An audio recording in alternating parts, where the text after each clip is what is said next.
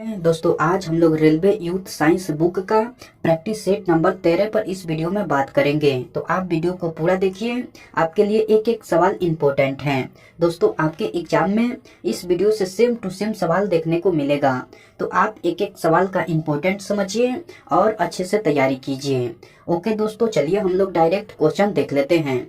Next question 1 number कह रहा है कि मुक्त रूप से गिरना केवल डैश में संभव है। 4 ऑप्शन दिया गया है, इनमें से आपको चुनकर बताना है कि मुक्त रूप से गिरना केवल किस में संभव है। तो केवल निर्वात में संभव है। मुक्त रूप से गिरना केवल निर्वात में संभव है, तो ऑप्शन डी जो है बिल्कुल सही उत्तर हो जाएगा। ओके, चलिए नेक्स्ट क्वेश्चन देख लेते हैं। नेक्स्ट क्वेश्चन 2 नंबर कह रहा है कि गुरुत्व बल डैश के बीच आकर्षण बल द्वारा परिभाषित होता है। तो गुरुत्व बल जो है 2 द्रव्यमानों के बीच आकर्षण बल द्वारा परिभाषित होता है। किसके बीच दोस्तों? तो 2 द्रव्यमानों के बीच। ऑप्शन बी जो है बिल्कुल सही उत्तर हो जाएगा। ओके, चलिए नेक्स्ट क्वेश्चन देख लेते हैं। नेक्स्ट क्वेश्चन 3 नंबर कह रहा है कि वह बिंदु जहां पर एक वस्तु का संपूर्ण भार कार्य करता है उसे डैश कहा जाता है। तो उसे गुरुत्वाकर्षण का केंद्र कहा जाता है। उसे क्या कहा जाता है? तो उसे गुरुत्वाकर्षण का केंद्र कहा जाता है। ऑप्शन सी जो है बिल्कुल सही उत्तर हो जाएगा। ओके, चलिए नेक्स्ट क्वेश्चन देख लेते हैं। दोस्तों मैं उम्मीद करता हूं कि क्वेश्चन आपको अच्छे से समझ में आ रहा है। दोस्तों अगर आपको वीडियो पसंद आती है तो इस वीडियो को लाइक कर दीजिए और कमेंट करके बताइए कि वीडियो आपको कैसे लगी। दोस्तों अभी तक आप इस चैनल को सब्सक्राइब नहीं किए हैं तो प्लीज इस चैनल को सब्सक्राइब कर लीजिए और बेल आइकन को भी प्रेस कर दीजिए। ओके, चलिए नेक्स्ट क्वेश्चन देख लेते हैं।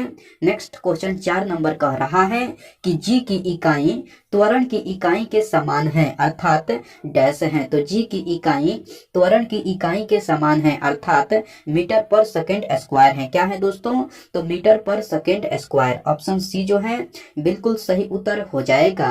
ओके, चलिए नेक्स्ट क्वेश्चन देख लेते हैं। नेक्स्ट क्वेश्चन आपको 5 नंबर कह रहा है कि जी यानी कि गुरुत्वाकर्षण का मान आर यानी कि त्रिज्या के मान के अनुसार बदलता है। किसी छात्र को जी का मान कहां पर न्यूनतम प्राप्त होगा? तो किसी छात्र को जी का मान भूमध्य रेखा पर न्यूनतम प्राप्त होगा। कहां पर होगा दोस्तों? तो भूमध्य रेखा पर। ऑप्शन ए जो है बिल्कुल सही उत्तर हो जाएगा। ओके, चलिए नेक्स्ट क्वेश्चन देख लेते हैं। नेक्स्ट क्वेश्चन आपको 6 नंबर कह रहा है कि धरती की सतह पर मापने पर एक वस्तु या व्यक्ति का भार 60 न्यूटन है। तो चंद्रमा की सतह पर मापने पर इसका भार क्या होगा? तो चंद्रमा की सतह पर मापने पर इसका भार जो है आपको 60/6 यानी कि 10 न्यूटन होगा। कितना होगा?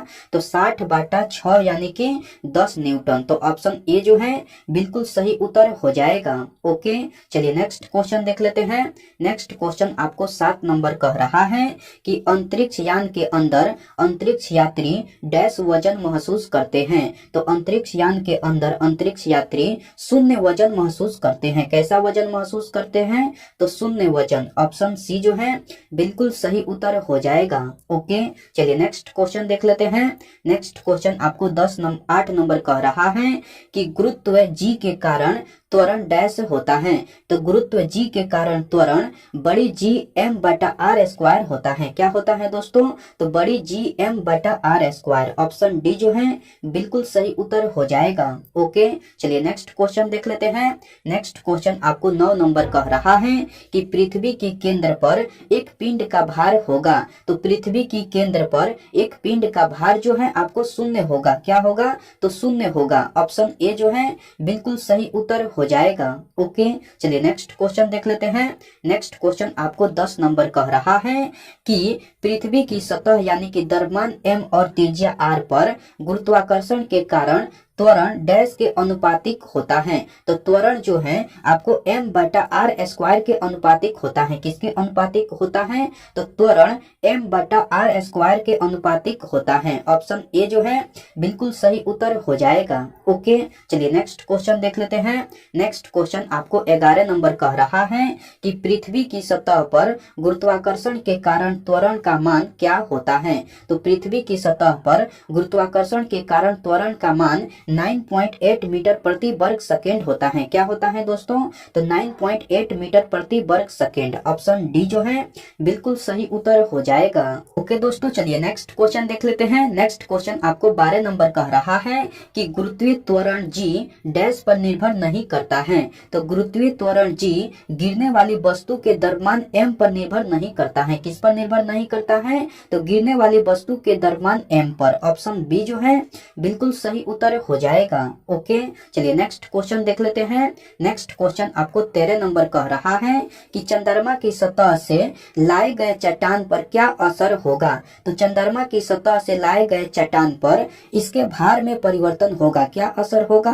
तो इसके भार में परिवर्तन होगा। ऑप्शन ए जो है बिल्कुल सही उत्तर हो जाएगा। ओके, चलिए नेक्स्ट क्वेश्चन देख लेते हैं। नेक्स्ट क्वेश्चन आपको 14 नंबर कह रहा है कि किसी वस्तु का भार सर्वाधिक होता है। 4 ऑप्शन दिया गया है, इनमें से आपको चुनकर बताना है कि किसी वस्तु का भार सर्वाधिक कहां पर होता है। तो ध्रुवों पर होता है। कहां पर होता है दोस्तों? तो ध्रुवों पर। ऑप्शन ए जो है बिल्कुल सही उत्तर हो जाएगा। ओके, चलिए नेक्स्ट क्वेश्चन देख लेते हैं। नेक्स्ट क्वेश्चन आपको 15 नंबर कह रहा है कि पृथ्वी के चारों ओर चंद्रमा की गति डैश के कारण होती है। तो पृथ्वी के चारों ओर चंद्रमा की गति जो है आपको गुरुत्व बल के कारण होती है। किसके कारण होती है? तो आपको गुरुत्व बल के कारण। ऑप्शन ए जो है बिल्कुल सही उत्तर हो जाएगा। ओके, चलिए नेक्स्ट क्वेश्चन देख लेते हैं। नेक्स्ट क्वेश्चन आपको 16 नंबर कह रहा है कि पृथ्वी की भूमध्य रेखा पर किसी पिंड के भार की तुलना में ध्रुवों पर पिंड का भार क्या होगा। तो ध्रुवों पर पिंड का भार भूमध्य रेखा पर अपने भार से अधिक होगा। क्या होगा दोस्तों? तो ध्रुवों पर पिंड का भार भूमध्य रेखा पर अपने भार से अधिक होगा। ऑप्शन सी जो है बिल्कुल सही उत्तर हो जाएगा। ओके, चलिए नेक्स्ट क्वेश्चन देख लेते हैं। नेक्स्ट क्वेश्चन आपको 17 नंबर कह रहा है कि पृथ्वी पर किसी वस्तु का भार चंद्रमा पर इसके भार का कितने गुना होता है। तो आपको 6 गुना होता है। कितने गुना होता है? तो 6 गुना। ऑप्शन डी जो है बिल्कुल सही उत्तर हो जाएगा। दोस्तों, मैं यह क्वेश्चन फिर से रिपीट कर दे रहा हूँ। क्वेश्चन कह रहा है कि पृथ्वी पर किसी वस्तु का भार चंद्रमा पर इसके भार का कितने गुना होता है। तो 6 गुना होता है। कितने गुना होता है? तो 6 गुना। ऑप्शन डी जो है बिल्कुल सही उत्तर हो जाएगा। ओके, चलिए नेक्स्ट क्वेश्चन देख लेते हैं। नेक्स्ट क्वेश्चन आपको 18 नंबर कह रहा है कि निम्न में से किस स्थान पर गुरुत्वीय त्वरण शून्य होता है। 4 ऑप्शन दिया गया है, इनमें से आपको चुनकर बताना है कि किस स्थान पर गुरुत्वीय त्वरण शून्य होता है। तो आपको पृथ्वी के केंद्र पर त्वरण जो है आपको शून्य होता है। किस स्थान पर दोस्तों? तो पृथ्वी के केंद्र पर गुरुत्वीय त्वरण शून्य होता है। तो ऑप्शन बी जो है बिल्कुल सही उत्तर हो जाएगा। ओके, चलिए नेक्स्ट क्वेश्चन देख लेते हैं। नेक्स्ट क्वेश्चन आपको 19 नंबर कह रहा है कि चंद्रमा पर किसी वस्तु का भार पृथ्वी पर इसके भार का कितना गुना होता है। तो 1/6 गुना होता है। कितना गुना होता है? तो 1/6 गुना। ऑप्शन ए जो है बिल्कुल सही उत्तर हो जाएगा। दोस्तों, मैं यह क्वेश्चन फिर से रिपीट कर दे रहा हूँ। क्वेश्चन इंपॉर्टेंट है, आपके एग्जाम में आने का मैक्सिमम चांस है, इसलिए मैं यह क्वेश्चन फिर से रिपीट कर दे रहा हूँ। क्वेश्चन कह रहा है कि चंद्रमा पर किसी वस्तु का भार पृथ्वी पर इसके भार का कितना गुना है। तो 1/6 गुना है। कितना गुना है दोस्तों? तो 1/6 गुना। ऑप्शन ए जो है बिल्कुल सही उत्तर हो जाएगा। ओके, चलिए नेक्स्ट क्वेश्चन देख लेते हैं। नेक्स्ट क्वेश्चन आपको 20 नंबर कह रहा है कि डैश के अनुसार जी का मान घटता है। तो आपको ऊंचाई के अनुसार जी का मान घटता है। किसके अनुसार दोस्तों? तो ऊंचाई के अनुसार जी का मान घटता है। तो ऑप्शन बी जो है बिल्कुल सही उत्तर हो जाएगा। ओके, चलिए नेक्स्ट क्वेश्चन देख लेते हैं। नेक्स्ट क्वेश्चन आपको 21 नंबर कह रहा है कि जी का मान डैश है। तो जी का मान जो है आपको पृथ्वी के केंद्र की ओर जाने पर कम होता है। जी का मान जो है आपको पृथ्वी के केंद्र की ओर जाने पर कम होता है। तो ऑप्शन ए जो है बिल्कुल सही उत्तर हो जाएगा। ओके दोस्तों, चलिए नेक्स्ट क्वेश्चन देख लेते हैं। नेक्स्ट क्वेश्चन 22 नंबर कह रहा है कि मुक्त रूप से गिरने के दौरान पिंड किस स्थिति में होता है? तो मुक्त रूप से गिरने के दौरान पिंड भारहीनता के स्थिति में होता है। किस स्थिति में होता है? तो आपको भारहीनता के स्थिति में। ऑप्शन ए जो है बिल्कुल सही उत्तर हो जाएगा। ओके, चलिए नेक्स्ट क्वेश्चन देख लेते हैं। नेक्स्ट क्वेश्चन 23 नंबर कह रहा है कि जी का मान डैश के साथ बढ़ता है। तो जी के मान ऊंचाई में कमी के साथ बढ़ता है। किसके साथ बढ़ता है? तो आपको ऊंचाई में कमी के साथ। ऑप्शन डी जो है बिल्कुल सही उत्तर हो जाएगा। ओके, चलिए नेक्स्ट क्वेश्चन देख लेते हैं। नेक्स्ट क्वेश्चन 24 नंबर कह रहा है कि जब किसी पिंड को विषुवत रेखा से उत्तर और दक्षिण ध्रुवों पर ले जाया जाता है तो उसका भार डैश होता है। तो उसका भार जो है आपको बढ़ जाता है। उसका भार क्या होता है? तो उसका भार जो है आपको बढ़ जाता है। ऑप्शन सी जो है बिल्कुल सही उत्तर हो जाएगा। ओके, चलिए नेक्स्ट क्वेश्चन देख लेते हैं। नेक्स्ट क्वेश्चन आपको 25 नंबर कह रहा है कि किसी पिंड का भार न्यूनतम कहां पर होता है? 4 ऑप्शन दिया गया है, इनमें से आपको चुनकर बताना है कि किसी पिंड का भार न्यूनतम कहां पर होता है।